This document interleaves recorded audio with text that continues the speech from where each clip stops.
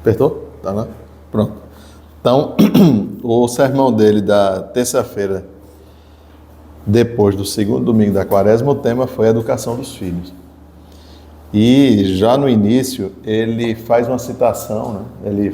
Enfim, eu estou fazendo a citação, ele faz uma advertência que é muito para traduzir a dureza da vida, né? Da vida do casal. Aí eu vou me levantar e tem que ver aí se fica. E ele diz o seguinte: é o amor dos vossos filhos que, como um tirano, vos condena a uma existência a qual, segundo a nota de Brocador, ele cita aqui um Brocador que na tradução aqui não tem dizendo quem é esse Brocador. Deve ser algum teólogo, algum estudioso. Ele disse que não merece o nome de vida, tanto é laboriosa e penosa. Quer dizer, a devoção que o pai, que a mãe, né, que os pais devem ter aos seus filhos, esse sacrifício que é chamado, é tão duro que o santo está dizendo aqui, ele está avalizando uma frase tão dura como essa, a ponto dele dizer que não merece nem o nome de vida, tal qual é laboriosa e penosa. Então, quem se prepara para uma vida sacramental no casamento, tem que ter isso de forma muito grave antes de casar. Porque o casamento, segundo está lá na Casta Connubii do Papa Pio IX, ele é uma junção. Então, eu gostaria até de ver, eu ia imprimir, eu gostaria de ver a Casta Connubii, Emílio, ou você puder colocar aí. Ele até coloca o sentimento que leva duas pessoas a se juntarem, né, a casarem, como algo secundário, colocando em primeiro lugar a vontade, porque é a união de duas vontades que faz com que o casamento exista. Então a gente sabe que as potências da alma, inteligência, vontade, não é isso? E sensibilidade. Então o que é que hoje... Tá me cortando aí, Emílio? O que é que hoje se coloca muito em evidência? Se coloca muito em evidência a sensibilidade e a vontade. E a sensibilidade, ela é mais material, né? Ela é mais ligada às paixões sensíveis da matéria. E aqui é uma coisa mais ligada ao espírito, né? Então, aqui onde reside a vontade, um ato de vontade, é aqui que está muitas vezes o vício dessa união. Então se coloca muito a questão da sensibilidade, e quando a realidade bate a porta, as pessoas ficam assustadas, né? E veja que mesmo quando você está unido na vontade e na inteligência, o santo alertou que é uma vida extremamente penosa. Então é carregar a cruz, né? Esse aspecto da sensibilidade hoje, ele é muito mais exacerbado. Por quê? Porque nós temos hoje elementos de vida social que pesa muito, né? Intensifica muito uma vida menos contemplativa, menos sacrificial e mais exibicionista, né? Por causa da gente estar mergulhado e estar imerso em uma sociedade de comunicação, de massa e de rede social e tudo isso. Então, até mesmo o ato do casamento, ele fica uma coisa muito teatralizada, né? Muito cênica. E isso faz com que as pessoas queiram viver aquele momento. E depois vem as dificuldades, né? Vem as penosidades da vida de casal. Então, esse é o primeiro ponto que a gente tem que colocar, tem que situar, para a gente chegar, né, e definir o que é que a gente está falando aqui. Então, se está se falando de providência divina na vida da família, a gente tem que saber, né? Essa parte sacramental, a gente sabe também, né? Vocês sabe a nossa posição aqui enquanto colégio, né? Houve uma mudança aqui, depois vocês podem até ver esse livro, Catecismo da Crise da Igreja. Houve uma mudança em todos os sacramentos, né? Em todos os sacramentos da igreja, houve uma percepção, né? Não uma percepção, mas houve uma perspectiva de mudança e não se vê mais o sacramento, os teólogos, né? Deixa eu até citar aqui para vocês verem como essa nova percepção de sacramento, né? Primeiro que todos foram modificados, eles são válidos, mas veja o que é que o cardeal Ratzinger disse. A concepção do sacramento como instrumentos da graça que eu recebo, a título de remédios sobrenaturais, a fim de, por assim dizer, assegurar unicamente minha saúde eterna pessoal, constitui o desprezo por excelência em matéria sacramental. Essa frase é surpreendente porque justamente o sacramento ele é o remédio, né, da alma. Então há uma perspectiva de mudança até mesmo na visão sacramental a partir da década de 60. E tudo isso acarretou também modificações sociais patentes. Hoje há uma relativização dos sacramentos e hoje há uma relativização da vida sacramental. E se há uma relativização da vida sacramental, a união sacramental está, para utilizar uma expressão moderna, né, trazida lá pelo aquele Zygmunt Bauman, cada vez mais, que é um filósofo moderno que fala sobre a sociedade atual, né, é cada vez mais fluida, ou na linguagem dele, líquida. Então, aquela solidez que se tinha no passado, né, não que outra coisa também, né, não é que no passado tudo era bonzinho, o mundo era melhor e todo mundo andava nos bosques e pisava na areia, não tinha formiga, não é isso. Existiam problemas, mas se acelerou muito as modificações e isso se observa como você está falando, com os frutos, né? Então hoje é inegável que hoje a facilitação, tanto na ordem civil, porque antes o direito ele bebia muito da fonte até mesmo da visão, do respeito à visão sacramental, né? Mas hoje você pode casar de manhã no cartório, né? Faz uma união estável lá, enfim, vai no cartório, casou e de manhã e de tarde você vai lá e desfaz.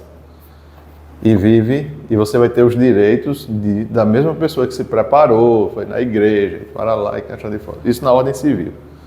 Eu estou falando da ordem civil. Então há uma flexibilização. Para não falar também da própria, hoje não se fala mais família, famílias, da própria visão, da própria constituição da família também, que está modificada na ordem civil. Quando eu falo na ordem civil, do direito civil, né? Então pronto, então existe essa relativização que também traz suas dificuldades. É inegável, né? Traz suas dificuldades, os resultados estão aí. Antes da gente entrar propriamente, né, no tema, uma imagem que é muito conveniente da conjugal, dessa penosidade aí falada pelo São Leonardo de Porto Maurício, que a gente pode até refletir sobre isso, que é uma coisa muito bonita, trazida por um elemento muito próprio nosso aqui ainda, principalmente no interior, que é o carro de boi. A parelha de um carro de boi, tem carro de boi que tem mais de 2, né, bois, mas a parelha do carro de boi, ela simboliza muito a vida do casamento. Por quê? Porque para a parelha do carro de boi funcionar, ela tem que ter 2 elementos. Ela tem que ter um boi de força e um boi de flexibilidade. E eles estão conjugados por uma canga, eles estão encangalhados, né? Estão encangados, assim como o marido está conjugado com a mulher com isso aqui. Por isso são cônjuges. Então estão conjugados.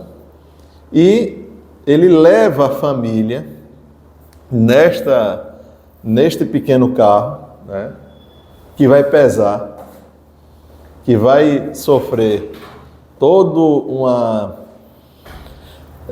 todas as intempéries da estrada e vai ser conduzido por alguém, né? Vai ter um elemento que vai ver além e vai conduzir, que a gente pode meditar nessa condução, na condução propriamente sacramental, na condução espiritual, você pode, de Nossa Senhora, o Espírito Santo, enfim.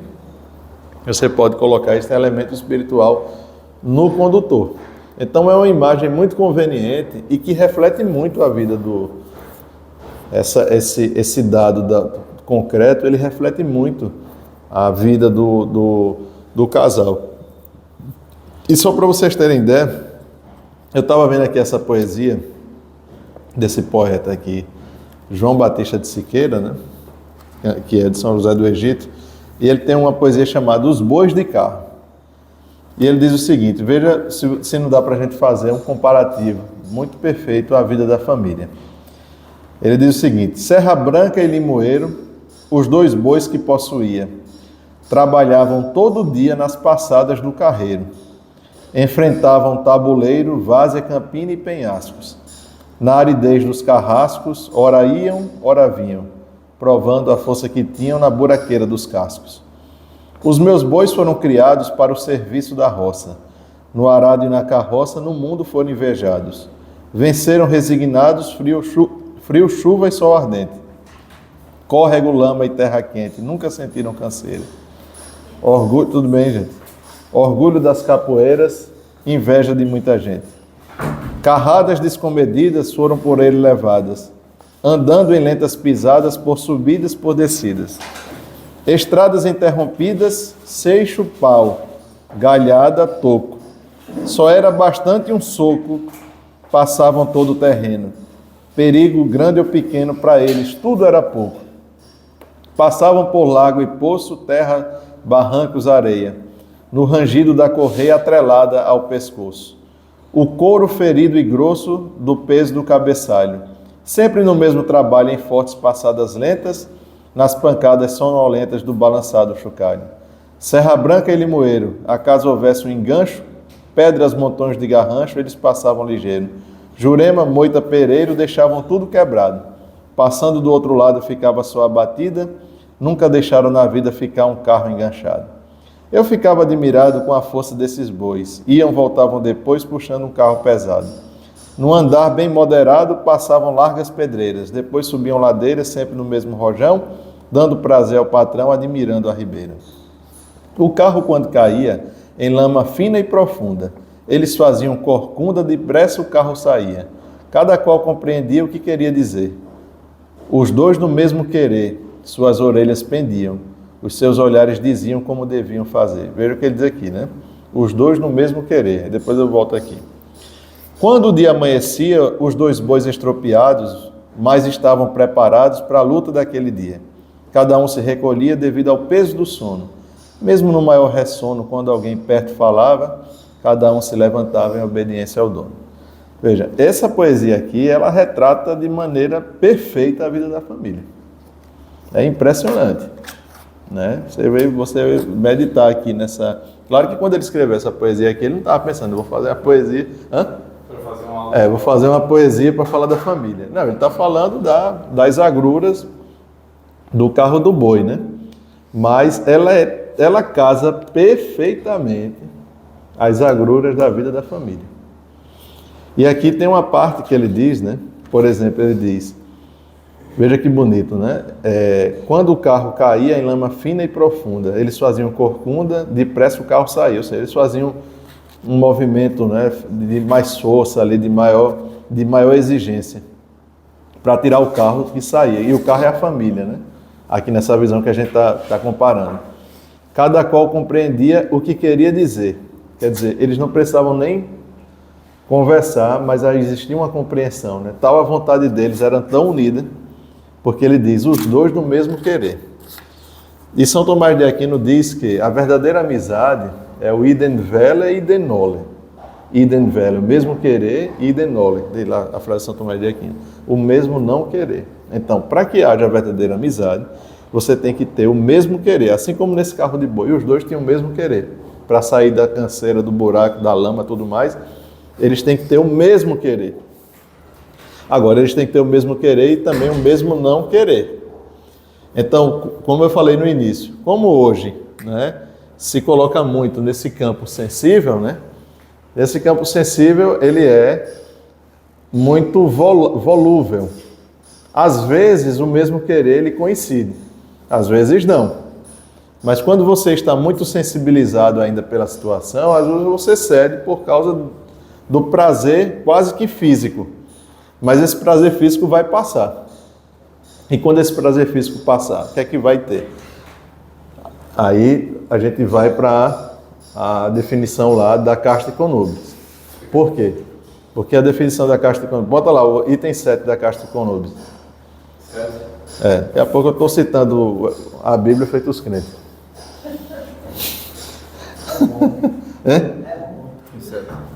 Olha aqui, ó. E aí, professor, o senhor pode até ajudar aqui nessa parte aqui, viu? Senta lá, professor. A união conjugal é, pois, acima de tudo, um acordo mais estreito que o dos corpos. Aí veja, não é um atrativo sensível. Veja que coisa interessante. Nem uma inclinação dos corações o que a determina, mas uma decisão deliberada e firme das vontades. Isso eu falei aqui, né? Essa é a decisão das vontades. E desta conjunção dos espíritos, por determinação de Deus, nasce um vínculo sagrado e inviolável. Então, para que haja esse vínculo sagrado e inviolável, tem que ter a junção da vontade e da inteligência. O senhor pode falar aqui dessas potências da alma, da vontade, inteligência e a sensibilidade? Fale aí, por favor, professor. Que o homem tem suas paixões, suas 11 paixões, e o intelecto e a vontade. Que antes do pecado original, a vontade do homem era governada pelo intelecto. Então, o que o intelecto dizia, a vontade obedecia. Depois do pecado, houve meio que uma inversão. É uma analogia interessante que uma vez uma pessoa fazendo de um barquinho, como se a alma humana fosse um barquinho, tivesse 11 remos, que são as 11 paixões. Então, lá estava o amor, o ódio, quanto paixão da alma, a esperança quanto paixão da alma. Assim, né? Tem o capitão, que é o intelecto, e o piloto, que é a vontade. E aí, antes do pecado original, acontecia isso, né? O intelecto, quanto capitão, dizia qual a direção que tem que ir, e o piloto, a vontade, só obedecia e definia a ordem que para onde os remos deviam ser levados. E aí, depois do pecado original, meio que o barquinho é colocado de ponta cabeça. Agora, os remos se decidem por si mesmos para onde vão. Uhum. Não é mais o intelecto, enquanto capitão, que diz qual é a direção, e a vontade, enquanto piloto, que só acata o que o intelecto diz, e acatando a informação intelectual, move as paixões. Uhum. Agora a inteligência e a vontade, eles fazem parte de potência, é mais espiritual, né? Aqui é mais material. Sim. São superiores, né? Então, veja, tudo bem. Então, eles são superiores e está no campo mais espiritual, né? E aqui está no campo mais material. E eu não... Tenho que ver aqui o ano que a Casta Econobis foi Pio IX, né? Pio IX é de que ano, meu Deus? Pio IX... É Pio IX? É Pio IX, né? Ou é Pio XI, a Casta Econobis? Pio XI, a Casta, perdão, é Pio XI. Ele é ali em 1920, por aí, né? Depois da Primeira Guerra, né? Vejam só. E uma coisa que muito afetou a compreensão da vida sacramental do casamento foi o romantismo. Então, veja, é um tipo de conhecimento que tem que se ter extremamente grave, tem que se estudar isso, tem que evitar eu não diria ideologia, mas a influência... Tudo bem, bom dia. Tudo bom? Mas a influência da arte romântica. Tudo bem, professor? O romantismo, ele afetou muito essa visão. Por quê? Porque o romantismo ele vai atacar justamente esse parágrafo que eu acabei de ler do Papa Pio IX, Pio XI. Entendeu? Porque veja, essa frase do Papa Pio XI, ela é extremamente antirromântica. Entendeu? Por quê? Porque vai ter que nascer de uma compreensão e de uma junção de vontades. Ele chega a dizer que não é inclinação nem do coração. E aí o que é que o romantismo diz? Né? O coração tem razões que a razão desconhece. Né? É uma frase acho que de Pascal. Então o romantismo ele vai causar esse enlouquecimento social e relacional e vai, como é que eu posso dizer? Ele vai potencializar um tipo de união muito fantasiosa, né? Então, assim, eles vão a palavra não é explorar, mas exagerar alguns aspectos para tornar a coisa meio que tornar algo, a palavra é essa, né? Algo fantasioso e cada vez mais fugindo da realidade e entrando numa concepção de prazer, né? Então o romantismo ele vai ter muito essa característica. E o romantismo, a introdução do romantismo, ela vai se dar tanto na questão da literatura, das palavras, mas também um dos aspectos do romantismo mais forte é justamente na questão da música. Eu esqueci de trazer aqui um livro, né, que eu comprei ontem, que fala do poder oculto da música. E aí não é uma coisa extremamente grave, assim, no sentido de que é uma coisa que ninguém consiga ver esse poder oculto da música. Ele colocou mais por razão comercial, mas o livro é bom. E aí ele vai dizer alguns aspectos da música e citar a mudança comportamental que se deu na Grécia na época de Platão. Até ele citou lá um poeta da época, né? Que ele disse, essa poesia aí bastava colocar uma guitarra e era rock puro, né? Quer dizer, na época da Grécia. E existia uma mudança comportamental na juventude por estar sendo submetida a ouvir determinado tipo de coisa. Então, isso aí, na vida sacramental e na vida do casal, é muito importante para que o pai saiba o que evitar para preservar a sua família, para preservar a si mesmo e também, isso é uma coisa que vai ter que tem que estar muito acertada antes propriamente da vida sacramental, da vida do matrimônio, né? Isso não é algo desprezível. E aí, citando aqui o nosso Santo Afonso de Ligório.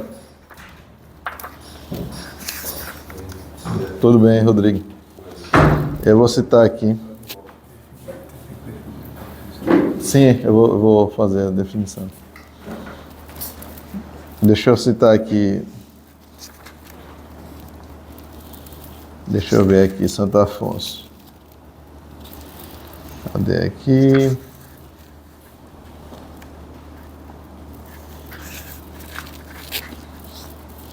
Aqui veja, esse sacrifício que eu falei, né, do pai, citando aqui a poesia, a penosidade da vida do casal, trazida por São Leonardo de Porto Maurício, a questão da união de vontades, trazida pelo Papa Pio XI, e toda essa percepção séria, né, da vida sacramental da família. E aí você vê o resultado, quando isso está muito bem alinhado, né? Santo Afonso disse o seguinte: se é que houve algum bem na minha infância, eu devo inteiramente à solicitude de minha mãe. Impedido quase sempre por suas excursões marítimas, que o pai dele tinha essas excursões, o pai dele era um capitão, alguma coisa assim, meu pai não se podia ocupar como desejava de nossa educação, mas o pai dele era uma pessoa muito, muito séria também, muito boa. E ele dizia que todo o peso da educação recaía sobre a mãe dele. Ele acrescenta: quando da morte de meu pai, fiz o sacrifício de não ir a Nápoles. Mas quando eu souber, que ele não pôde estar lá no enterro do pai dele, né? Mas quando eu souber que minha mãe está à morte, se não estiver impedido, não terei coragem de não ir para junto dela, a fim de assistir-lhes os últimos momentos. E aqui o autor diz, né?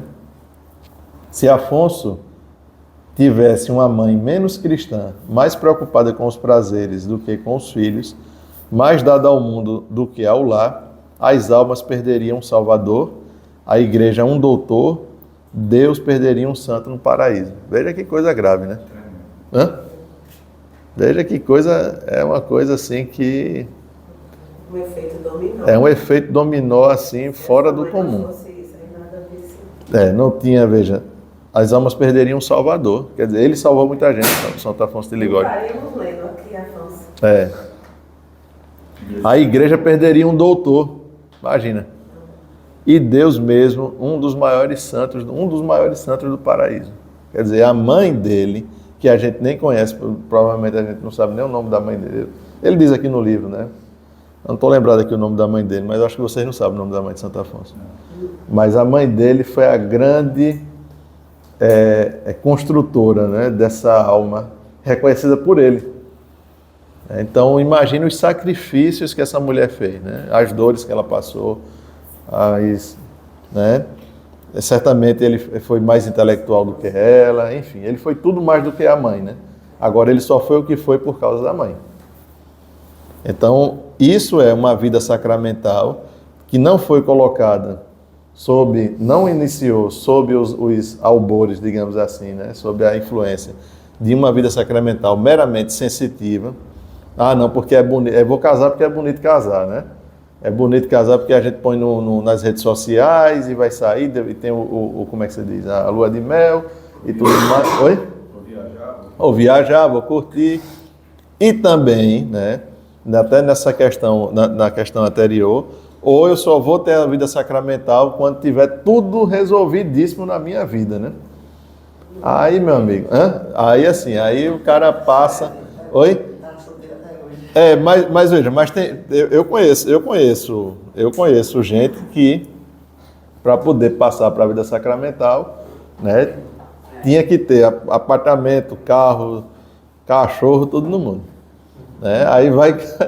Aí vai lá para frente, né? Enfim, casa muito, principalmente a questão da mulher, né? Casa com quase 40 anos, vai ter necessariamente poucos filhos. Aliás, quando tem uma visão aberta, né, à vida, né? Aberta ao mistério, né? Que essa expressão aberta à vida eu não gosto muito, não. É melhor dizer aberta ao mistério, né? Porque você não sabe o que é que vai ser, né? Né? Você não sabe. Tem gente que vai casar e não vai poder ter filho. Tem gente que casa e vai poder ter. E quando tem, aí vem a questão da saúde. O menino vai vir todo mundo com saúde? Não vai? E por isso que é o grande mistério, né? Então, quem se abre ao mistério, aí se abre a questão da providência. Você põe aí, por favor, a definição de... Você está com aquela que você me mandou, não? Você me mandou ontem. Eu não...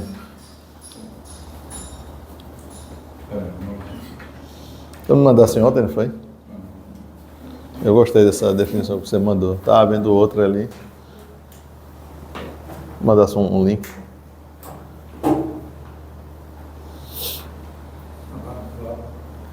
Não, então... Aqui, sim, deixa eu colocar mais aqui aquele que você mandou ontem.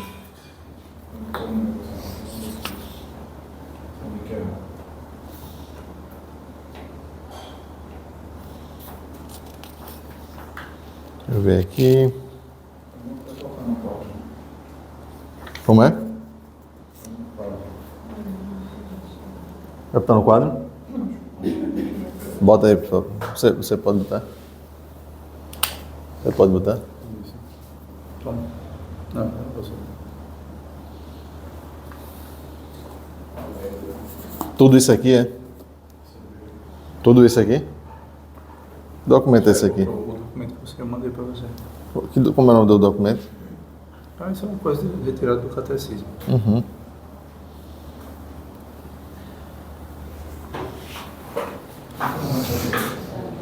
Oi?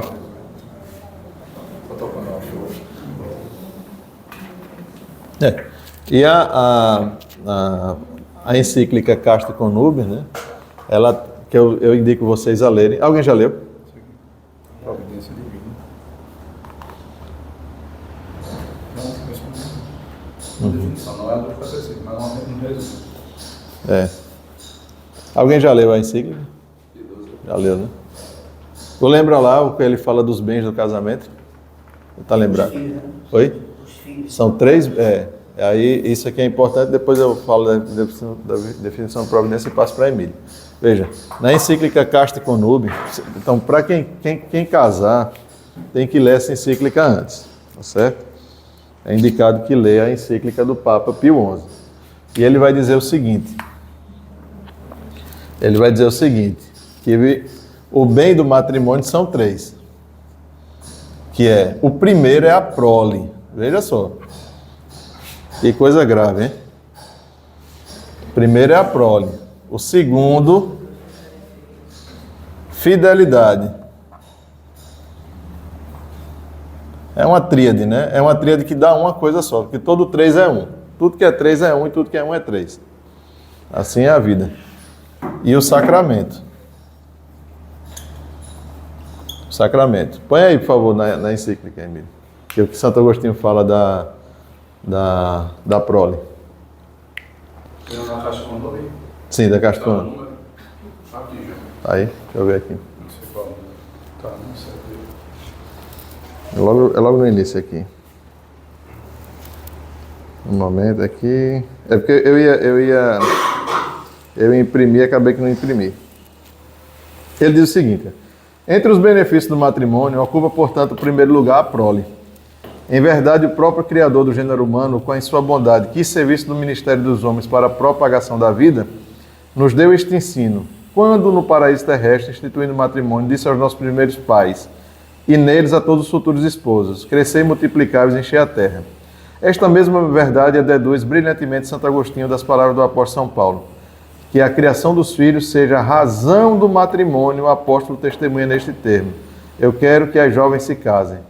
E como se lhe dissessem, mas por que? Logo acrescenta, para procriarem filhos, para serem mães de família.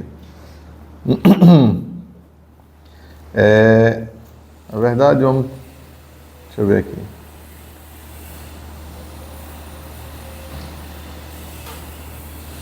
Então basicamente isso aqui é o que precisa. Então vejam só. Aqui é que está, minha gente, é a grande questão do matrimônio. Ele diz que a razão do matrimônio é a prole. Aqui é que está a questão, porque quando a gente se depara com isso, a gente se assusta. E aí, por isso que a coisa tem que estar muito assentada antes desse contrato, que na verdade ele fala acordo, né?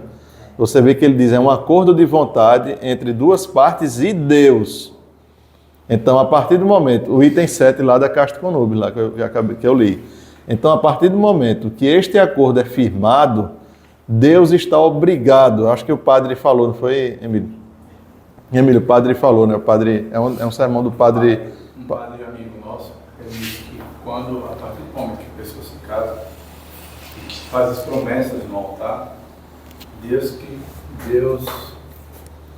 quando as pessoas se casam e firmam aquele acordo, aquele contrato. O acordo. O Papa usa a expressão acordo. Acordo, que também é um contrato. Que é um contrato, né? É um contrato. É um contrato. Diante de Deus no altar, o Deus, ele está obrigado a nos ajudar. Não é uma coisa assim que vai lá, promete teus filhos, sim. Porque, veja só, diante da situação da providência, a gente tem 2 caminhos, né? Existem 2 caminhos, existem 2 atitudes opostas, né? Ou a atitude de que você é o seguinte: não existe providência alguma e a providência... leia, por favor, Emília, essa definição que você colocou aí de providência, a definição teológica de providência. Que aí a gente define as coisas para a gente falar delas, né? Então, a providência divina, isso aqui pode deixar uma coisa livre aqui, não está citando exatamente o catecismo, mas a providência divina é um termo teológico que se refere à ação de Deus no mundo, guiar a criação e levar os eventos e as criaturas ao seu último fim. Então Deus, ele não cria o mundo e simplesmente vai embora e sumiu da história. Então Deus age na história. Ele age na história de cada um, assim também como Deus age na história dos eventos do mundo. Ele não está afastado da ação de Deus no curso da história. Quem defende essa tese de que Deus não age no mundo são os deístas. Isso. Né? O deísmo, ele diz que Deus criou o mundo. Tem aquela heresia do pelagianismo que não tem, que tudo depende do esforço, né? Tudo depende do esforço pessoal. Então você tem que ter, não é isso, professor? Você tem que ter o esforço pessoal sem a intervenção alguma da ação divina. E aí, ou você entra neste erro, ou outro erro oposto é você dizer o seguinte: não, eu não vou fazer muita coisa porque Deus vai resolver. Então, assim, eu não vou me esforçar para trabalhar, para acordar cedo, etc, etc, etc, porque Deus, o Papa não disse que ele está obrigado a agir na nossa vida, não foi um acordo que ele fez, então vamos colocar tudo na conta de Deus e vamos esperar o que é que vai dar. E aí não dá para também você agir dessa forma, né? Não dá, isso aí é outra falha grave. Então, tem aquela frase, né, de Santo Inácio de Loyola, né, que diz que você deve agir como se tudo dependesse de você, mas você deve rezar como se tudo dependesse de Deus. Então, claro que tem que ter a sua ação e tem que ter a confiança de que Deus está amarrado a você na sua história pessoal. E não ter medo, né? Diante da cruz, né, Nosso Senhor, ele ali no Getsemane, né, quando ele estava rezando, Nosso Senhor falou, né, afaste de mim esse cálice. Né? Ele teve a parte humana de Cristo naquele momento, né? Ele diante do que ele ia passar, né, ele pediu isso de Deus no momento da oração dele. Muitas vezes, no sacrifício, no martírio diário, tem uma frase que eu vi essa semana de um santo, né, que essas pessoas que se dão, por exemplo, a mãe de Santo Afonso de Ligório, ela para que construísse esse grande santo, ela viveu um martírio diário invisível, que não foi nem visto por mim, nem por ninguém aqui, nem por vocês. A gente não assistiu esse martírio diário que ela passou. Agora, ela estava aberta à graça de Deus e ela não teve medo, né? Não teve medo, ela foi e assumiu o sacrifício penoso da família, que, como disse São Leonardo de Porto Maurício, veja, é um santo que está dizendo. Ele disse que a vida da família é tão laboriosa, Felipe, que não vale a pena nem chamar de vida. Pois é, e o problema é... isso antes de casar. Por isso que os solteiros estão aí curtindo e viajando o mundo. Exato, aí está criando exatamente... Ou, agora veja, agora veja só. Agora veja só. Veja, ele diz que isso é a natureza da vida do casal. É a natureza da própria constituição da vida de casal. Aí o que é que se quer hoje? Quer se tornar isso menos laborioso. E aí é que está o X da questão, né? Agora, ele disse isso, leve em consideração, viu? Ele morava em Roma, viu? Ele não morava aqui. Ele não morava aqui no Recife, não, viu? Se ele morasse aqui no Recife, ele ia dizer, gente, olha, todo mundo para ser padre, todo mundo... que além do calor e da feira, porque assim, em Roma é bonito, né? Tem a comida italiana, a nossa comida é boa também, né? Mas olha, é comida, é vinho, é tudo de bom na Itália. E ele disse que é assim. Toda a atmosfera, a história, dá para ficar andando lá em Roma, que é uma maravilha. É uma maravilha, e veja, e ele faz essa citação. Então isso é uma coisa boa para que a gente medite, né, essas penúrias da vida. E claro, também a gente vai ver os frutos, né, deste sacrifício, esses frutos vão ser manifestados nos filhos. E aí uma segunda parte da questão, que é muito grave. Neste sim que foi dado pelo acordo do casal e Deus, isso vai ser complementado nos filhos e na educação dos filhos. Que aí, né, que a coisa fica mais grave ainda, porque você pode estar em Roma ou pode estar onde for, pode ter um desvirtuamento na educação. E aí a gente tem que dar contas a Deus das almas que foram colocadas a nós. Dessa prole, desse primeiro bem que foi concedido ao casal. Ele levantou a mão, foi? Então, vai lá. Só um comentário sobre essa questão do deísmo, que um dos deístas que mais influenciaram na história foi Isaac Newton, o físico. Sim. Ele tinha a teoria de que Deus era como um relojoeiro e que o universo, a criação, como um relógio. Que o relojoeiro, ele, depois que monta o relógio, bota lá os pontos dele para girar, o relojoeiro pode até morrer que o relógio vai continuar girando. Aí Isaac Newton entendeu o universo assim, que o Deus apenas criaria o universo e aí depois que o universo já está criado, ele seria... Ou seja, a ação zero de Deus na história, né? E Deus poderia até morrer, deixar de existir e que o universo ia continuar. Isso é, inclusive, um erro metafísico, né? São Tomás mostra problemas disso com a razão natural, né? Dizendo que Deus não só cria, que é necessário que o ente, né? Não só seja criado por Deus, mas sustentado. Por Deus em todo momento. E nisso tem até uma conclusão bonita, né? Que acho que algum tomista no campo da mística disse algo assim, que se Nosso Senhor, como Deus, enquanto crucificado, parasse por um só segundo na cruz de pensar nos pregos que transpassavam suas mãos, ou na cruz da qual ele pendia, por um segundo parasse e pensar nelas, o mundo ia... A cruz ia deixar de existir, né? Então, por isso que é maximamente obediente até a morte. Porque Nosso Senhor não só aceitou antes, que alguém poderia dizer, Nosso Senhor aceitou antes, mas durante a cruz ninguém sabe se ele quis continuar. Não, porque se ele, durante a cruz mesmo, parasse um só segundo de pensar nos pregos, os pregos deixariam de existir. Deus não só ele não só criou os pregos, mas sustentou a cada instante cada prego. Até se ele para de pensar um segundo. Eu me lembro, Monsenhor. De nós. Eu me lembro do Monsenhor Edivaldo falando isso. Lembra do Monsenhor Edivaldo? Hã? A sustentação metafísica, Deus sustenta as coisas, Deus sustenta, né? Ele cria e permanece meio que... Essa sustentação é como se ele permanecesse criando. Não só criador, mas governador, sustentador. Sustentador, Se parasse um segundo... Tudo... Só um adendo na questão que, assim, quando a gente não trabalha, só conta com Deus, né? O termo que eu... É assídia, né? O Padre Paulo Ricardo fala que é um dos graves problemas do mundo atual. De pessoas mais religiosas. É uma tristeza, né? É uma tristeza de fazer o que... Uma tristeza da alma, né? Assídia, né? Uma tristeza profunda da alma, né? Eu acho que passa muito também pela compreensão disso tudo. Porque se a gente tem essa dimensão de que Deus parar um segundo de pensar em mim, eu não vou aqui mais. Sim.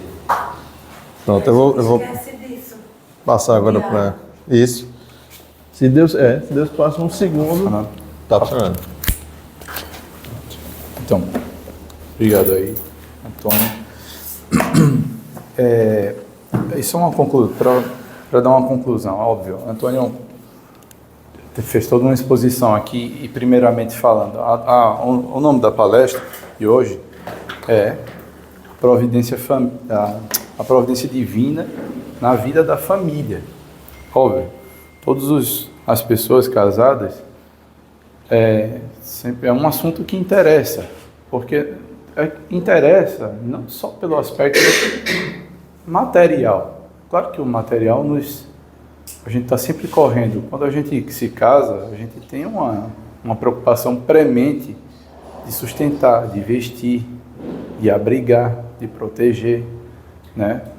E de se dar meios, então, inclusive, para poder se possibilitar a vida, né? Então, é uma preocupação constante dos casais ter tudo isso contemplado, alinhado.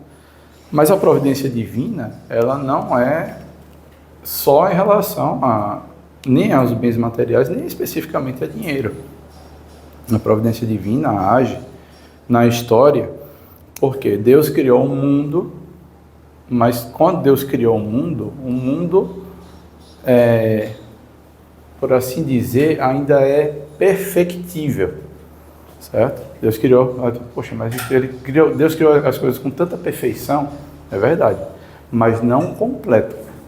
Então, por exemplo, ele criou o homem caiu em pecado com Adão, desgraçou toda uma linhagem, o que Adão teria, o que seria a descendência de Adão, seria uma outra coisa sem um pecado, completamente diferente. O mundo seria outro, teria uma perfeição já muito aguçada. Com o pecado original as coisas pioraram. Então a providência divina, ela tem por objeto levar as criaturas e até o rumo da história para um determinado fim. Por isso que Deus tem que agir. E por isso que Ele age. Age nas nações, age nos governos do mundo, mas age também no particular, na vida de cada um, porque todas a nossa vida, nós temos um fim, nós temos um porto por achar, um porto a atracar a nossa existência. Então, como é que a gente vai cumprir isso se Deus não nos ajudar? Impossível, impossível. Então, as condições para que a providência divina haja na nossa vida é uma coisa curiosa, porque isso depende de uma confiança completa em Deus. Na verdade, nós somos muito mesquinhos.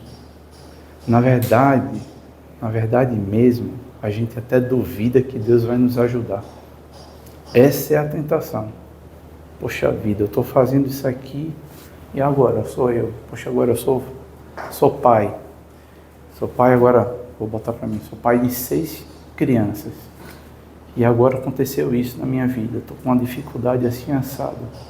E agora só sou eu. Como é que eu vou resolver isso? Impossível resolver isso. Não vai dar. Então vou ter que parar algumas coisas. Então, Deus vai ter que agir. Não é assim que a gente tem que pensar. Agora não vai dar. Não, aí é que o catecismo, é claro, todo mundo deveria saber de cor o catecismo maior de São Pio X. Agora, para nível universitário, isso aqui seria mais obrigatório, o catecismo romano, de Trento, né? Então, isso aqui é mais completo e vai dar definições mais importantes. Por exemplo, até essa questão que Antônio estava falando sobre a questão do trabalho, ele diz, por exemplo, comentando a petição do Pai Nosso, o pão nosso de cada dia nos dá hoje, certo? A 4ª petição. Ele vai dizer aqui, ó, tarará. Não. Faça um povo compreender, os sacerdotes, né? Que não se deve poupar nenhum trabalho nem fadiga para se conseguir os meios de subsistência, mas que são ilusórias as esperanças e inúteis os esforços, se Deus não abençoar a nossa atividade. Pois o que vale, abre aspas, o que vale não é quem planta nem rega, mas quem faz crescer, que é Deus. E mais, se o Senhor não edificar a casa, debalde se esforçam os que querem levantá-la. Isso aqui é uma grande verdade. Ele citou os Salmos e citou o Evangelho de São Lucas. É o Senhor que edifica a casa. Mesmo aqui, vamos pegar num particular. Ele vai falar da família, eu vou falar alguns exemplos de como a providência age, com São João Bosco, etc. Mas, por exemplo, o Colégio São Plácido. A necessidade de se ter uma educação verdadeiramente católica, certo? Hoje a gente sabe que os colégios, infelizmente, os colégios católicos, por conta de toda essa confusão que está na igreja, dentro da igreja e no mundo todo, mas primeiro da igreja, a bomba explodiu na igreja, os estilhaços bateu em todo o canto. Os colégios católicos ruíram. Infelizmente, nós aqui do Colégio São Plácido gostaríamos que os salesianos fossem verdadeiramente salesianos, Os maristas idem, certo? E todos os outros colégios católicos fossem verdadeiramente católicos, que não transigisse em nenhum ponto da doutrina católica. A cidade do Recife ia ser outra. A gente não quer exclusividade, não, porque nós somos. Não, coitadinho da gente. A gente faz o que, na verdade, era preciso fazer. Mas como é que a gente começou? A gente começou sem nada. Só 2 famílias e mais um casal, 3 famílias, certo? E sem dinheiro, sem meios nenhum para fazer. Tinha que se alugar um prédio para poder começar a fazer alguma coisa, mas como é que vai alugar se não tem dinheiro? Como é que vai alugar se não tem aluno, nem professor? Então, a providência divina, e aqui a gente pensando nós, fazendo uma reflexão, é bom que tenha uma coleção plástica para causa de Deus? É bom. Deus acha bom? Claro que Deus acha bom. Claro que Deus quer que exista o Colégio São Plácido. Então, Deus não nos ajudaria? Façam aí o colégio. É bom que tenha, é bom que se ensine a doutrina que a igreja sempre ensinou, que se combatam os erros, que se apontem os vícios, que se condenem as ideologias, mas virem-se sozinhos.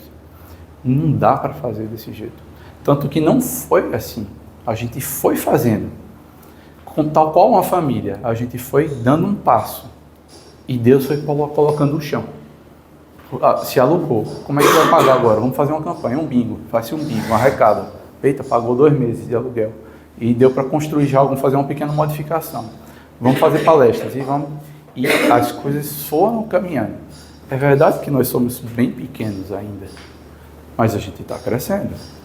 Então a providência divina foi mandando não só dinheiro, não só o local, mas foi mandando as pessoas para poder fazer, né?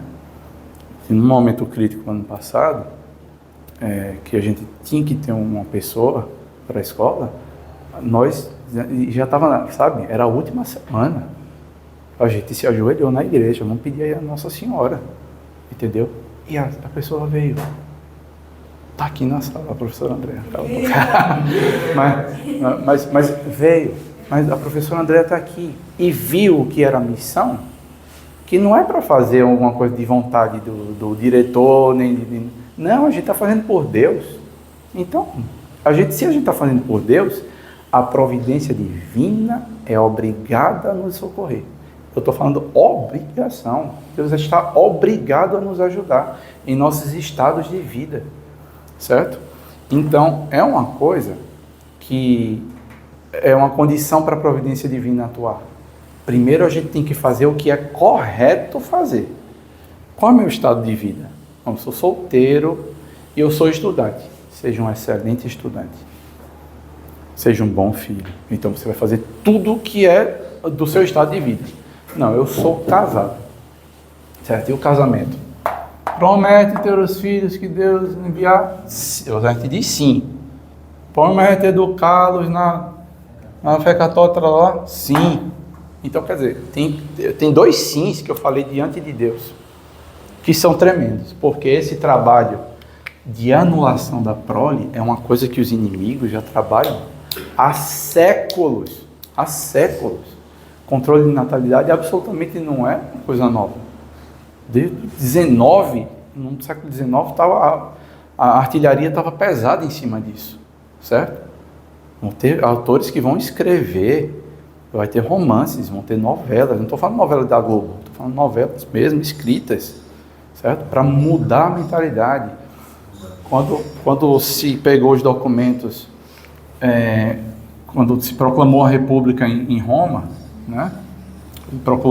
Proclamou a República em Roma, tem aqui os montes, né? Tarará.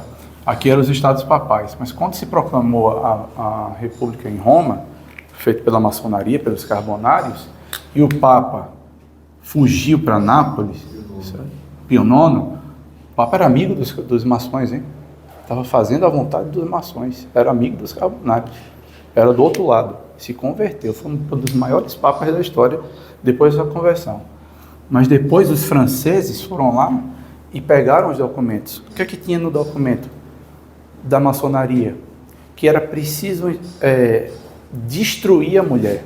Como não se podia destruir a mulher, eles tinham que corromper a mulher. E para oferecer vício. Vício a mulher tem que ver o vício, sentir o vício, apalpar o vício, certo? Porque eles sabiam, os inimigos sabiam que são as mulheres, como Antônio acabou de ler sobre Santo Afonso aqui, são as mulheres que ensinam os filhos. A mulher tem um grande valor. Então tinha que destruir a mulher, então tinha que, inclusive, falar para a mulher que a vida penosa que ela levava. Então tinha que ter também aqui, como consequência depois, eles vão começar com a questão do controle de natalidade. Os filhos são um encargo, são um fardo na vida. Claro que dá trabalho, gente. Não preciso contar essa história para vocês. É um trabalho tremendo. É uma não-vida, às vezes. Mas é uma não-vida, vírgula, cheia de alegrias. Tem alegrias também. O sorriso dos nossos filhos não tem preço. A vida, quando se tem com crianças, não tem preço. A felicidade e momentos de felicidade que tem com os filhos, não tem preço. O amor que a gente tem por eles é uma coisa inexplicável. Quem aqui não daria a própria vida por qualquer um, né?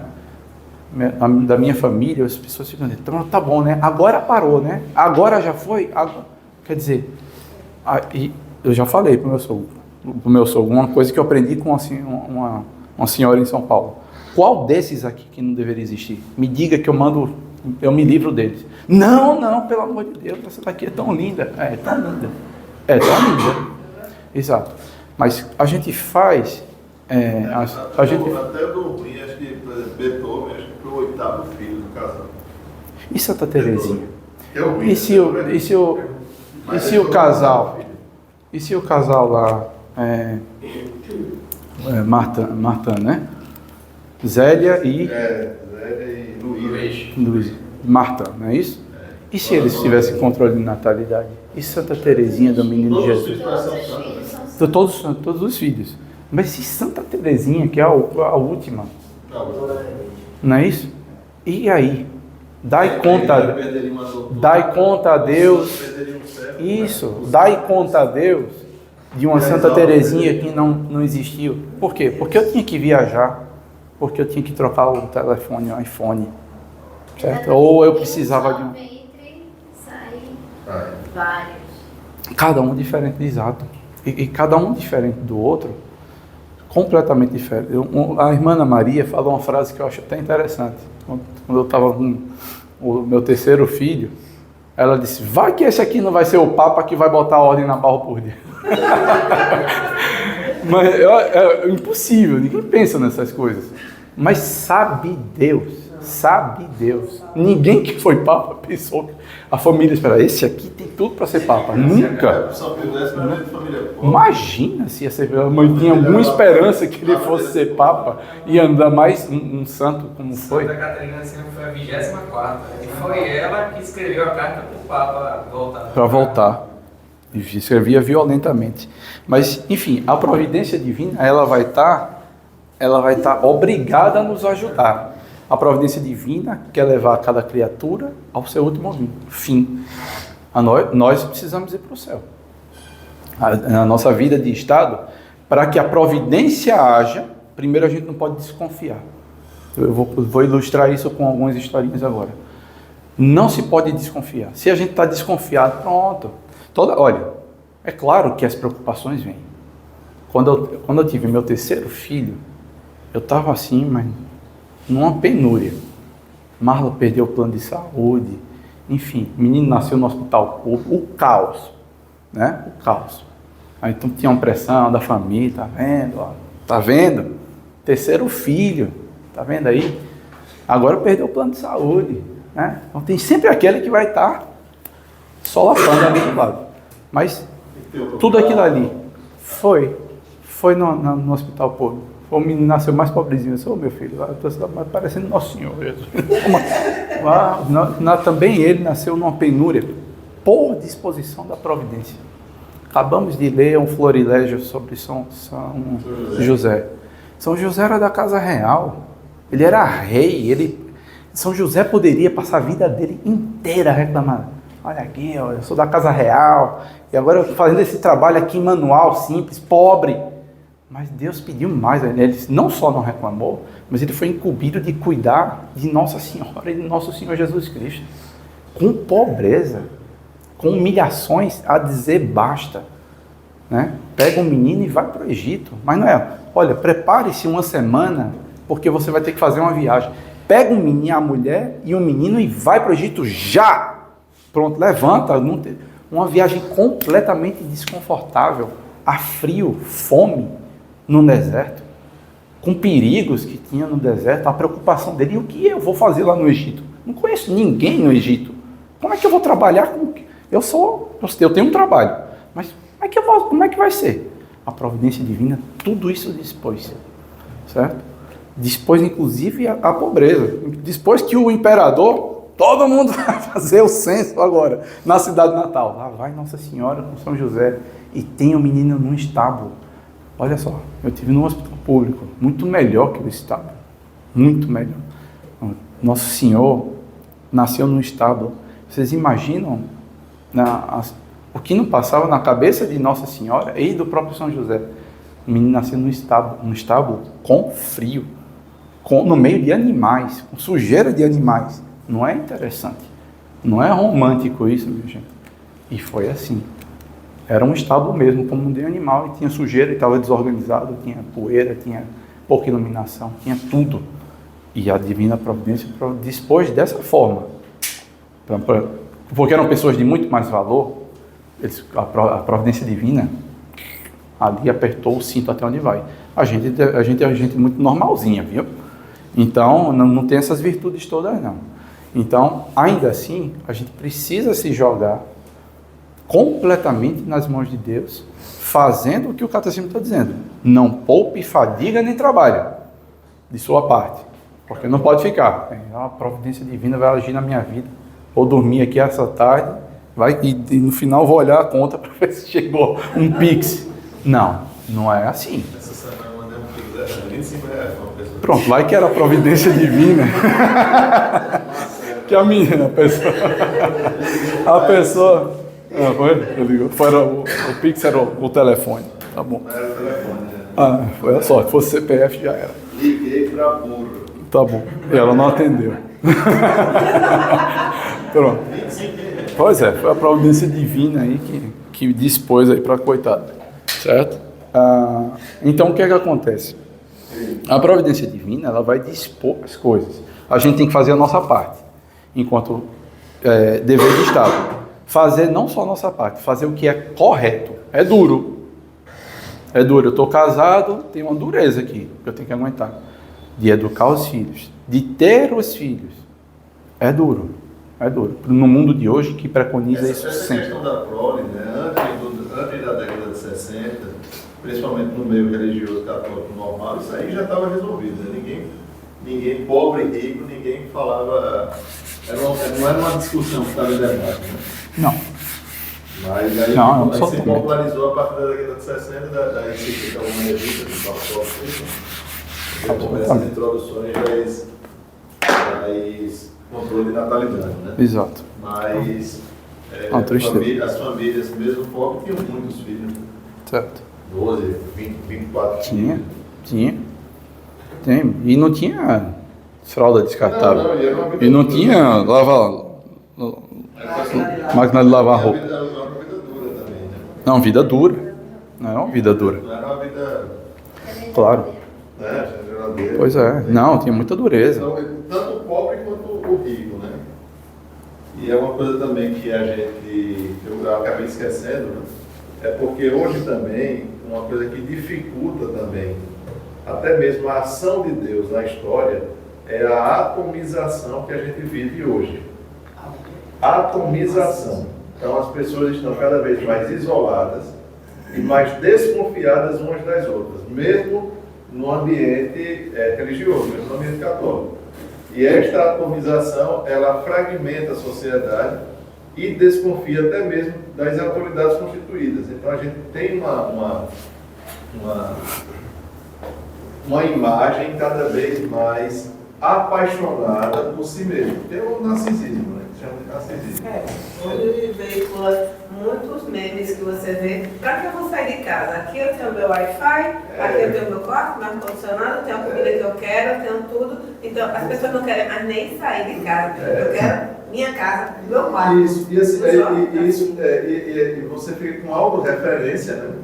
Então hoje tem uma autorreferência exacerbada.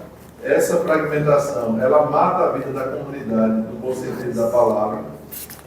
O respeito mútuo, as relações, tudo isso traz, do ponto de vista social, uma sociedade mais saudável, e saudável mesmo, assim, de saúde física.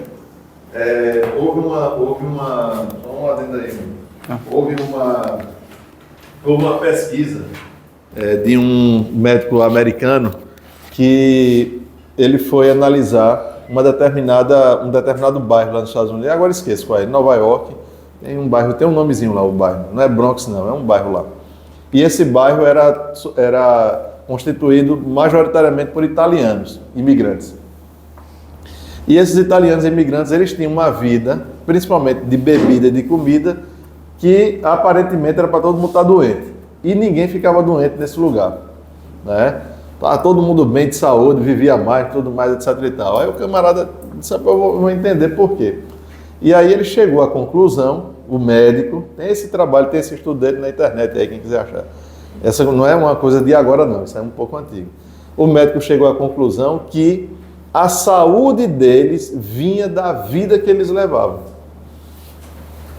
Entendeu? Então, e hoje a gente tem uma vida que nos adoece espiritualmente, e nos adoece, quando eu digo espiritualmente, até sacramentalmente, e nos adoece também fisicamente.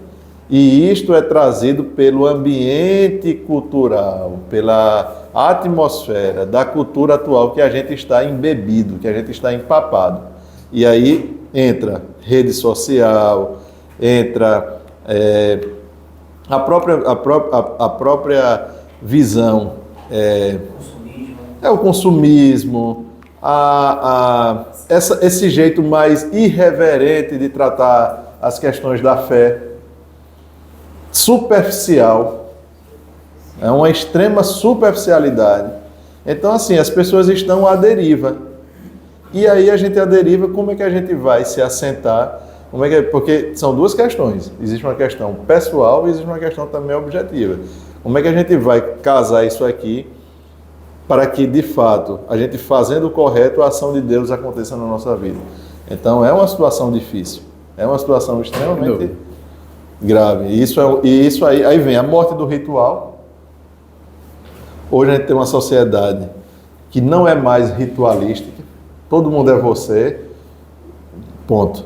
Então, porque é a questão da autoridade. Todo mundo é você. Não se tem mais o respeito ao antigo. Aquilo que se estabiliza, não se tem mais respeito. Então, tudo tem que ser. O que é bom é o que é novo. O que é bom é o que é novo. Ninguém vive... E aí quem mora em cidade grande, isso é uma coisa muito mais grave, porque a gente perde referência de centro.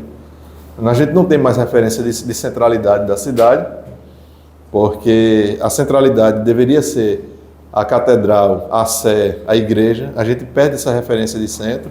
Perdeu a referência de centro, a gente perde até a referência do tempo. As pessoas não vivem mais.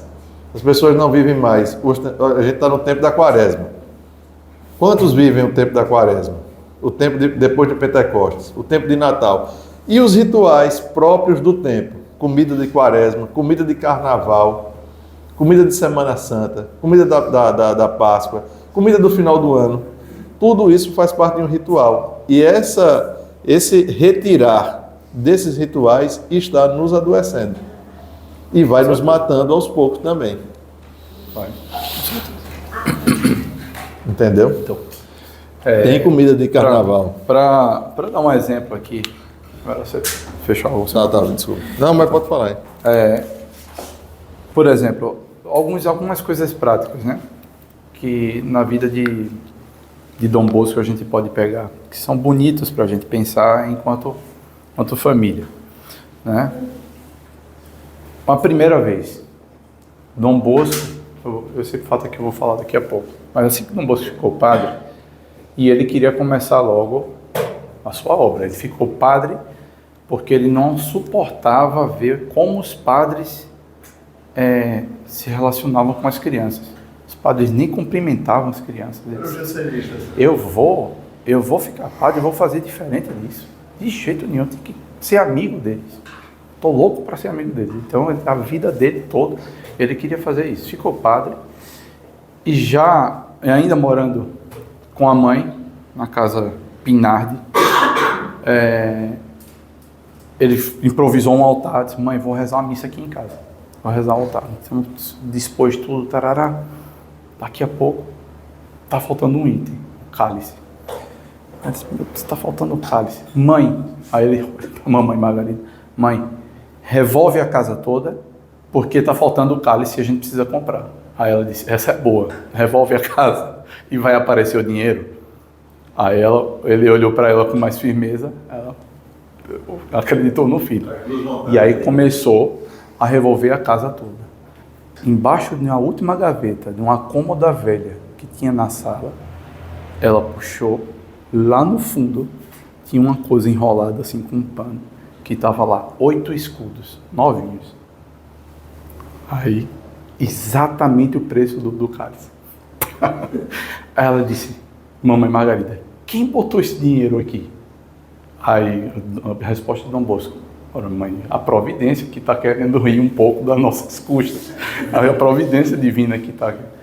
Umas histórias de Dom Bosco, as pilhérias da providência. Tem um monte.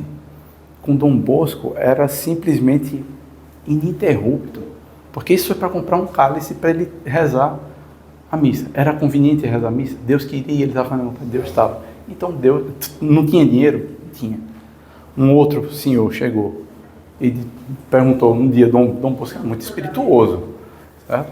Dom Bosco, como é que vai, Dom Bosco? Aí ele: sem um vintém. Não tem, nem disse: estou bem, e você? Ele disse: estou sem dinheiro nenhum. Mas não era uma pessoa que estava cobrando. Mais do que Aí o resultado dele: sem um vintém. Aí o rapaz disse: Dom Bosco, e se o senhor precisasse agora mesmo ter que comprar alguma coisa? E precisasse de um dinheiro para acudir seus meninos, etc. Resposta de Dom Bosco: aí a providência me arrumaria. Mas com a providência, mas é agora mesmo, o senhor está sem nenhum vintém no bolso. E se agora, se eu precisasse do dinheiro agora, o senhor me daria? Ele se daria, mas o senhor tem? Não tenho. Mas e como é que ia ser? A providência ia arrumar. Aí ele disse: mas Dom Bosco, agora mesmo, estou vendo que a providência arrumou. Não arrumou, certo? Aí ele disse: e se agora mesmo a gente descesse na capela e no local da oferta chegasse uma pessoa para me dar alguma oferta? Aí ele: chegaria o dinheiro, mas não existe a pessoa, acabei de chegar para esse local. Aí Dom Bosco disse: pois então vamos lá ver. Aí desce o rapaz, desceu na frente, ele tinha chegando um homem, estranho, mas: oi, você quer falar com o Dom Bosco? Sim, estou procurando o Dom Bosco, eu vim aqui de fazer uma oferta. Aí Dom Bosco apareceu e, rindo, ele falou para o rapaz: está vendo que a providência queria realmente me fazer uma oferta, ele provar que a providência atua? Os três riram e era uma soma significativa. Um homem vinha dar uma oferta daquelas para Dom Bosco, certo? Assim, com Dom Bosco era assim. Outro fato interessante de Dom Bosco é isso aqui. Em 1871, esse senhor Dom Paulo Albeira, que vai ser o segundo sucessor de Dom Bosco. Não, o Dom Rufo é o primeiro. Então, o Dom Paulo Albeira vai ser o segundo sucessor de Dom Bosco após a morte dele. Dom Bosco mandou ele fundar uma casa em Gênova, certo? E aí Dom Bosco, o Dom Paulo Albeira, as pessoas que eram conhecidas dele, poxa vida, tem uma missão importante, muita gente se juntou, levantou uma soma significativa, 500 liras, era muito dinheiro. E aí Dom Bosco perguntou se ele estava precisando de alguma coisa antes de despedir ele. Ele disse: não, Dom Bosco, muito obrigado, estou bem, já tenho, assim, inclusive tenho comigo 500 liras, certo? Aí ele disse, meu caro, para que tanto dinheiro? A providência que atua em Turim, porventura não vai atuar em Gênova? Dom Bosco, não. Aí, e dizendo isso, ele abriu a gaveta do escritório dele, deu um saquinho com poucas liras e disse, me dê cá esse dinheiro todo. Quer dizer, Dom Bosco estava precisando do dinheiro para alguma coisa. Já botou as 500 liras e deu um saquinho com poucas liras, certo? Ficou muito conhecido esse fato, porque Dom Bosco fala o seguinte: guardar uma quantia qualquer para as necessidades de amanhã parece-me uma ofensa à divina providência. Dom Bosco era intenso, né? Quer dizer que a gente não deve ter nenhum tipo de preocupação, não estou dizendo isso, mas eu estou dizendo que Dom Bosco, por estar fazendo a vontade de Deus, está fazendo de uma forma completamente entregada, a divina providência sempre atuava na vida dele, das formas mais incríveis. Então, perto de homem, hein? Certo? E aí, de fato, ele foi para Gênova com pouco dinheiro, fundou uma das principais casas dos salesianos lá, com pouco dinheiro, né? Tem uma outra história, só para poder ilustrar e a gente terminar. Antônio tem para falar uma de Mamãe Margarida, eu vou deixar para você contar.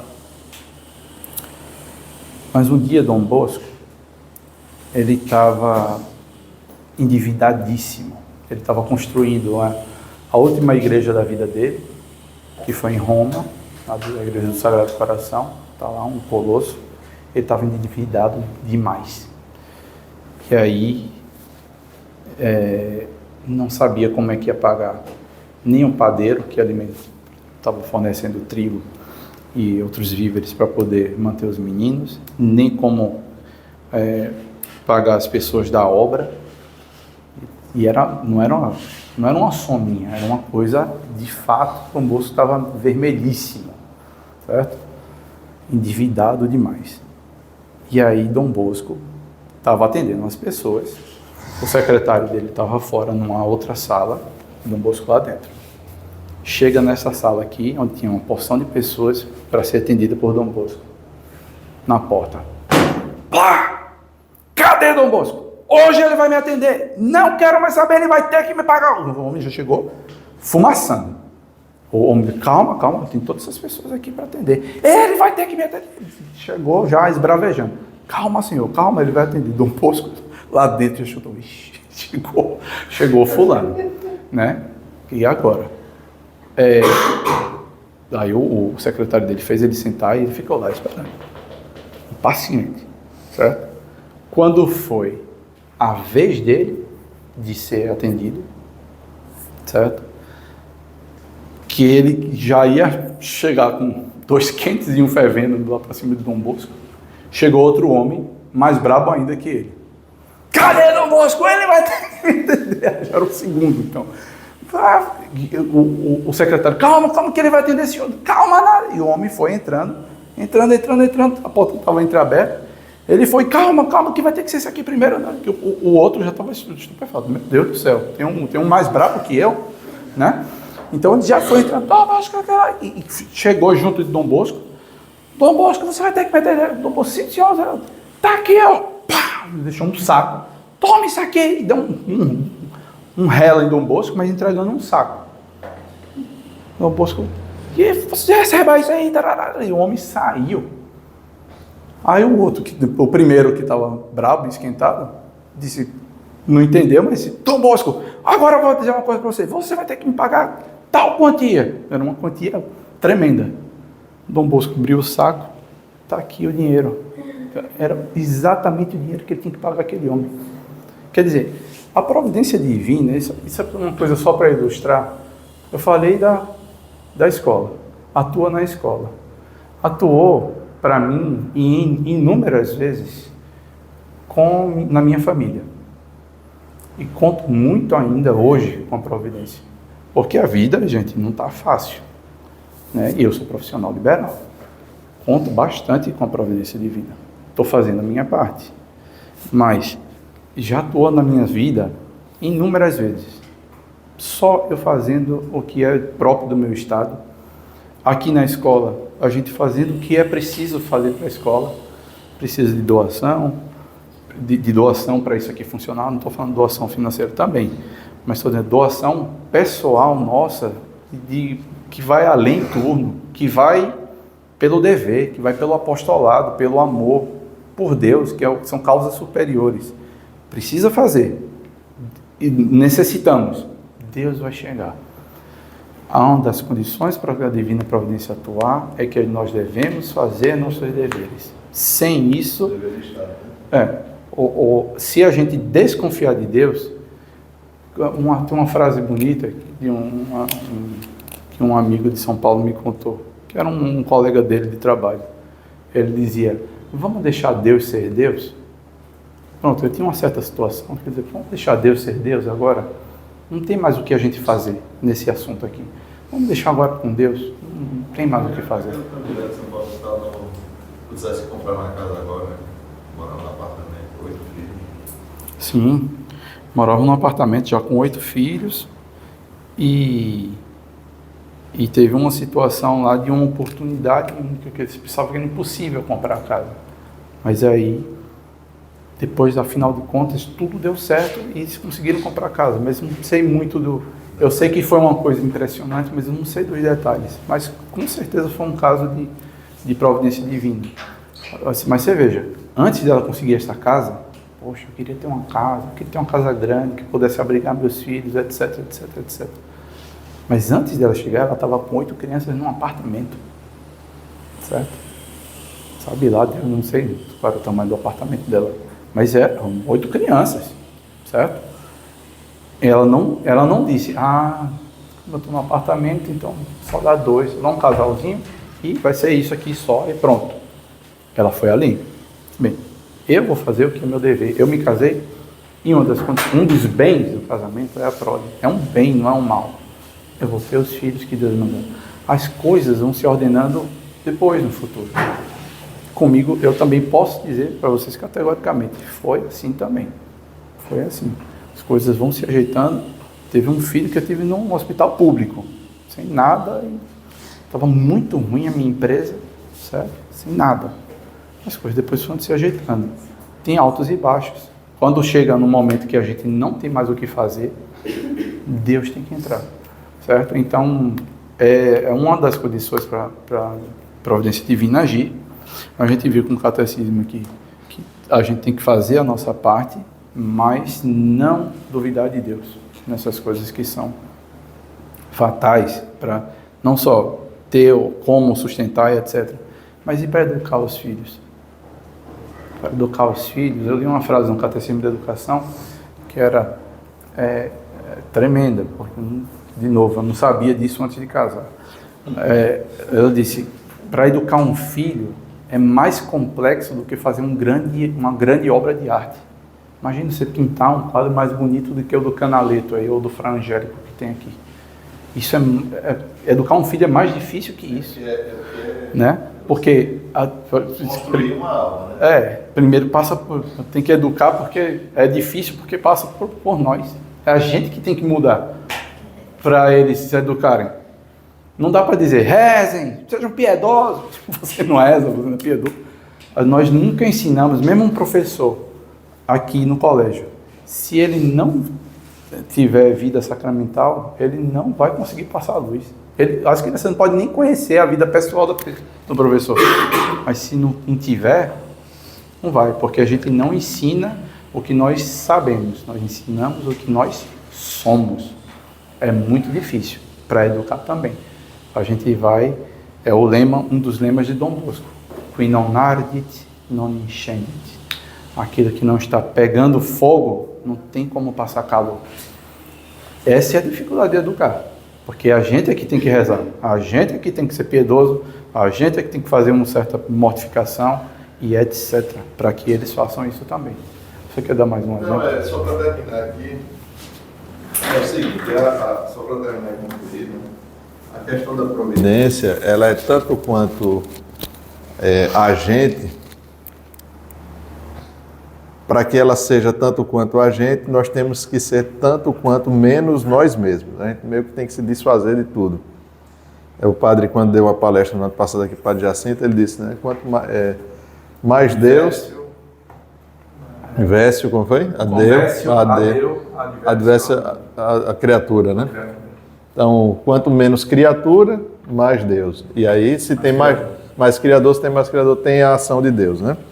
E se desfazer, né? Primeiro, se desfazer de você enquanto manipulador da sua própria vontade, tanto para si quanto para os demais, mas também ter essa disposição de se desfazer dos bens.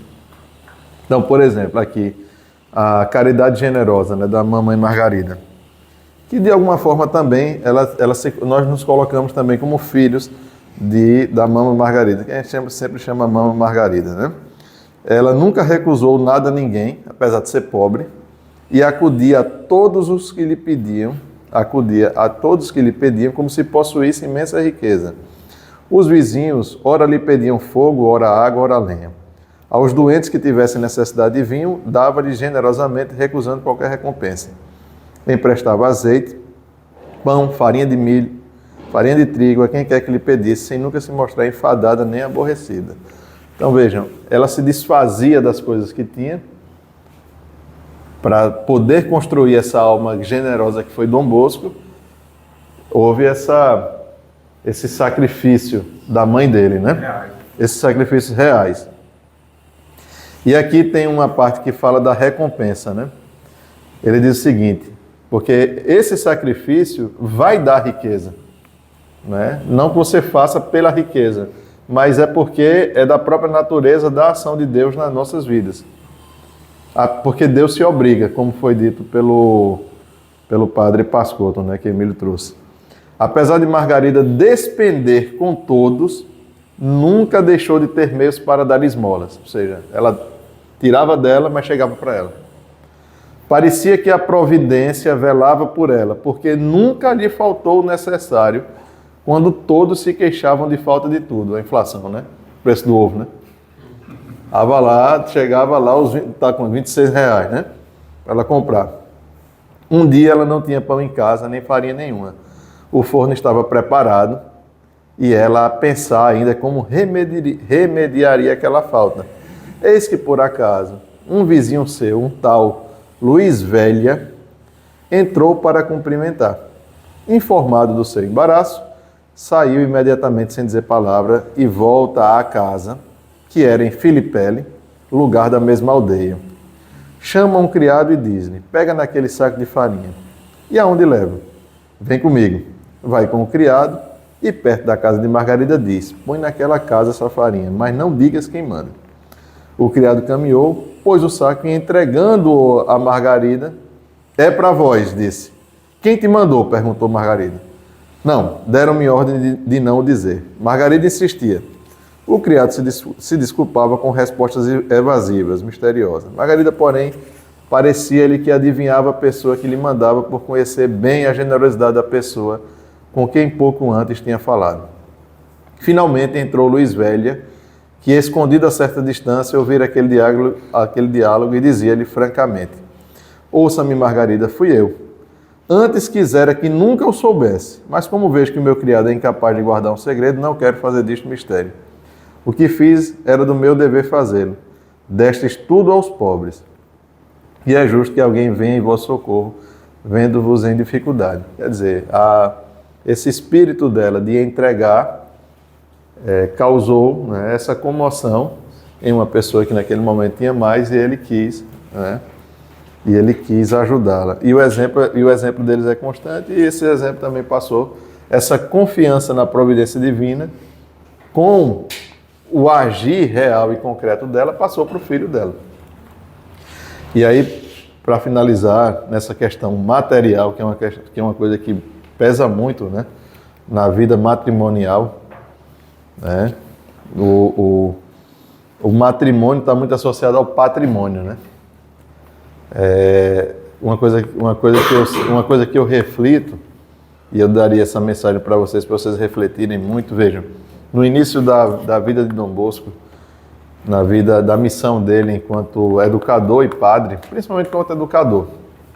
Claro que a missão sacerdotal também estava ali inserida, mas inicialmente Dom Bosco, ele reunia os alunos literalmente na rua. Mas ali estava Dom Bosco e os alunos. Não tinha prédio, não tinha quadra, não tinha absolutamente nada. Era ele e um punhado de alunos no meio da rua. E hoje,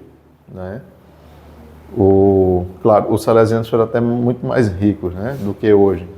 Perderam alunos, etc. Mas ainda assim, os prédios, ainda se tem muito prédio. Se tem muito prédio, se tem muita riqueza ainda, mas parece que não tem. E aqui eu não estou fazendo uma crítica, não, estou constatando um fato. Não tem esta presença doce de Dom Bosco, porque Dom Bosco não só era a presença doce, o jeito, a amabilidade, jogar, brincar, não. Era a doutrina da igreja, estava presente na missão de Dom Bosco, a doutrina da igreja de sempre. Mas assim, esses prédios hoje sem Dom Bosco, o que é que vale?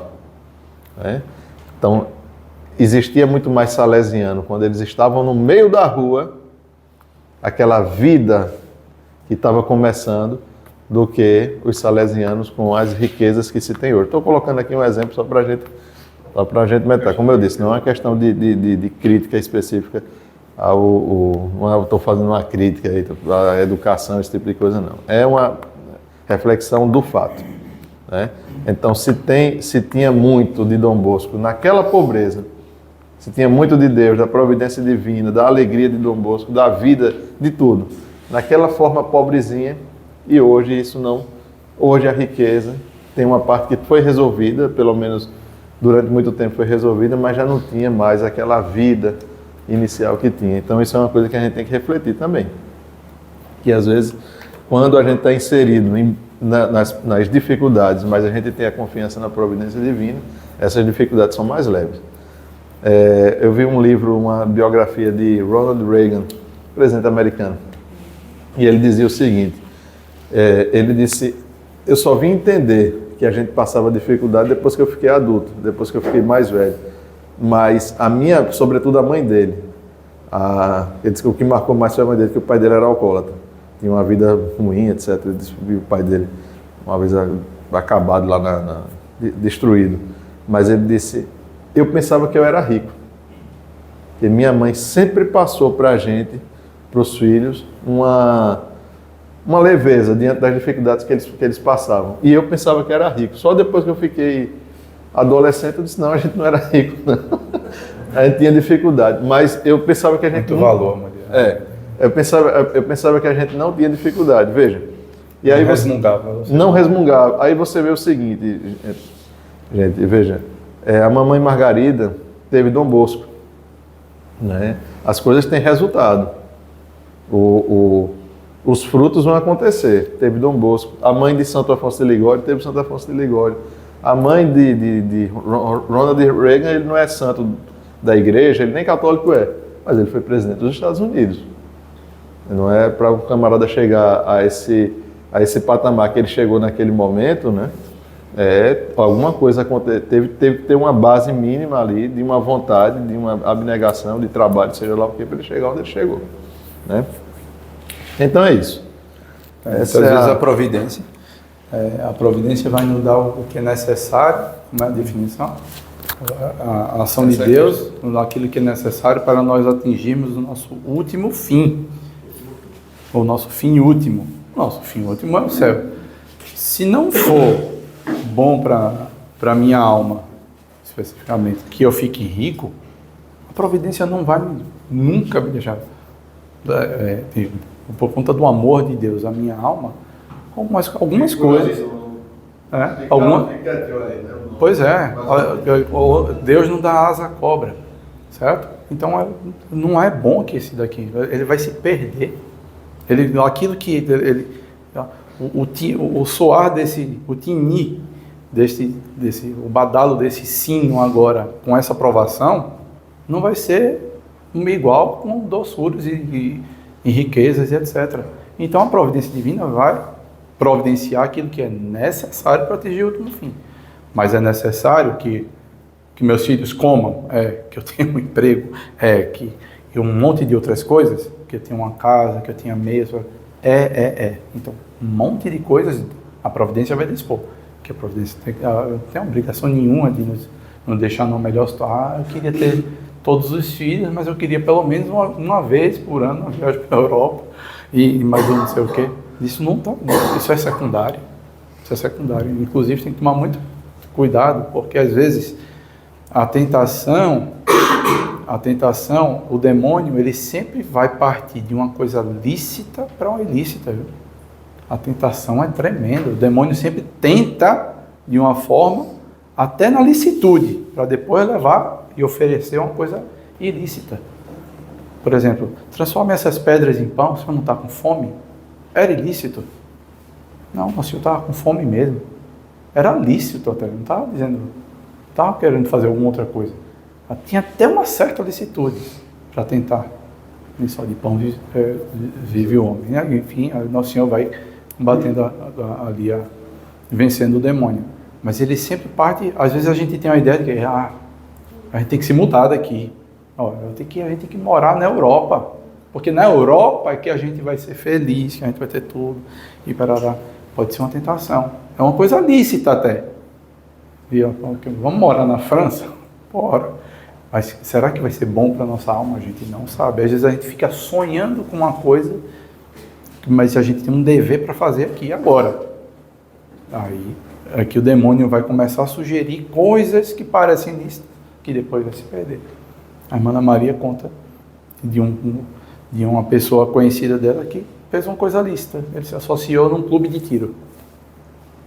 Mas por que você se associou num clube de tiro? Não tem problema nenhum, ainda mais no dia de hoje. Certo? Eu sou sócio de um clube, não tem problema nenhum. Mas nesse clube de tiro, ele conheceu outras pessoas, as pessoas eram interessantes, e churrasco, e casa, tarará. As pessoas não eram católicas. E ele deixou completamente a fé católica. Ele foi levado naquilo ali. Foi uma coisa lícita. O demônio, de alguma forma, arrastou ele para aquele caminho que era um caminho que ele ia conseguir arrastar aquele homem. Ele era muito firme na fé. Deixou tudo. A gente tem que ficar sempre de olho para ver se não há uma tentação. Né? É muito tremendo. E aí, na vida matrimonial, vai ter um monte. Tá vendo? Não era para ser assim, não era para ser assado. O demônio vai tentar de coisas. Não é verdade que você merece um pouco mais de descanso? O demônio falando no ouvido das esposas. Você merece descansar, você merece ser feliz, você merece isso, aquilo. Olha a sua cama. O que é que custa estar sem ninguém chorando na madrugada? Dê um pouco disso. Então, vai ter um monte de tentações para não se fazer uma coisa que é um bem do casamento. Vai se desviar. É duro? É. Mas é um meio também de santificação. Quando a gente se agarra nisso, a gente se santifica lavando o prato. A gente se santifica lavando o prato, trocando fralda e limpando a casa e tentando ensinar alguma coisa, botar alguma coisa na cabeça dos meninos e no coração deles. Porque a gente vai ter que converter os nossos filhos. É tremendo. Não é a gente que converte. A gente tem que deixar um caminho para que eles se convertam. Quiçá eles vão se converter. Um dia eles vão decidir. E nesse dia não tem pai, nem mãe, nem colégio. É ele que vai ter que decidir. Vou ficar católico. Não vou ficar católico. É tremendo. A gente vai ter que rezar a vida inteira. Mas é assim. Certo? Então a divina providência vai também nos reger, dar a sabedoria, a graça de Estado para poder ter a sabedoria adequada, para poder falar, para poder converter, para poder dar um exemplo, para poder nos mudar, para poder a gente chegar ao nosso último fim. Então é isso, basicamente isso. Se vocês têm alguma pergunta, vocês podem fazer. Pergunta que nós saibamos responder. Só um comentário breve. É que uma vez uma pessoa falando que a disputa, o conflito, né, entre o homem velho e o homem novo começa na hora de acordar.